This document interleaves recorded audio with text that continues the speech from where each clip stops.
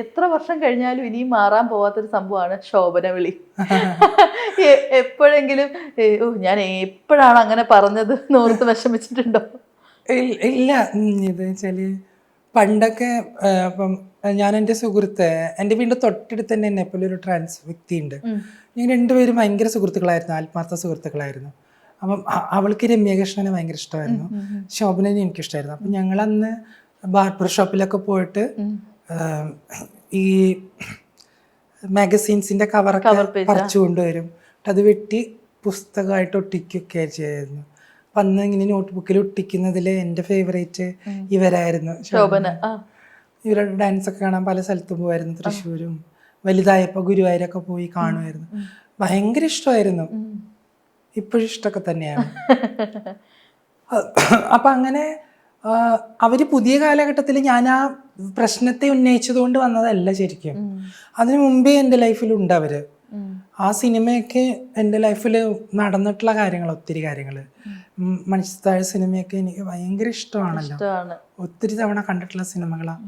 അതിലെ നിറങ്ങളും അതിലെ ആഭരണങ്ങളും അതിലെ ജ്വല്ലറീസും കോസ്റ്റ്യൂമും ഒക്കെ എനിക്ക് തോന്നുന്നു അതിലത്തെ സംവിധായകന് പോലും ചിലപ്പോൾ ചോദിച്ചാൽ അറിയണ്ടാവില്ല. പക്ഷെ അത്രയും പതിഞ്ഞിട്ടുള്ളതാണ്, അത്രയും പതിഞ്ഞിട്ടുള്ള ഡയലോഗ്സും എല്ലാം അത്രയും ഉള്ളിലെടുത്തിട്ടുള്ള ക്യാരക്ടർ റോള്. അത് ആ സിനിമ മാത്രമല്ല, ഒത്തിരി സിനിമകള് അവരുടെ. അതുകൊണ്ട് ഭയങ്കര ഒരു ഹാർഡ് കോർ എന്ന് വേണമെങ്കിൽ പറയാം, ആരാധനയായിരുന്നു. പിന്നീടാണ് എനിക്ക് ആരാധനയിൽ നിന്നൊരു സ്നേഹം വന്നത്. കുറച്ചുകൂടി ഞാൻ പൊളിറ്റിക്കലി കുറച്ചുകൂടി ഞാൻ ബോധം ഉന്നയിച്ചപ്പോഴാണ് ഞാൻ ആരാധിക്കേണ്ട ആളല്ല, എനിക്ക് ഇഷ്ടപ്പെട്ടാൽ മതി, അവരുടെ ടാലന്റിനും സ്കില്ലിനും ബഹുമാനം കൊടുക്കേണ്ട വ്യക്തി മാത്രമാണ്. അങ്ങനെയാണ് ഞാൻ പിന്നെ ആലോചിച്ച് തുടങ്ങിയത്. പിന്നീട് ഈ കോൺട്രവേഴ്സി വരുന്നതെന്ന് വെച്ചാൽ, അവരൊരു പൊതുവേദിയിൽ നിന്ന് സ്ത്രീകൾക്ക് സുരക്ഷിതമായി നടക്കാൻ പറ്റാത്ത ഒരു രാജ്യത്ത്, ഹ്യൂമൻ ഇൻഡെക്സിൽ 1-ാം സ്ഥാനത്ത് നിൽക്കുന്ന ഇന്ത്യയിൽ നിന്നുകൊണ്ട് ഇങ്ങനൊരു കാര്യം പറഞ്ഞതുകൊണ്ടാണ് ഞാൻ അതിനെ വിമർശിച്ചത്.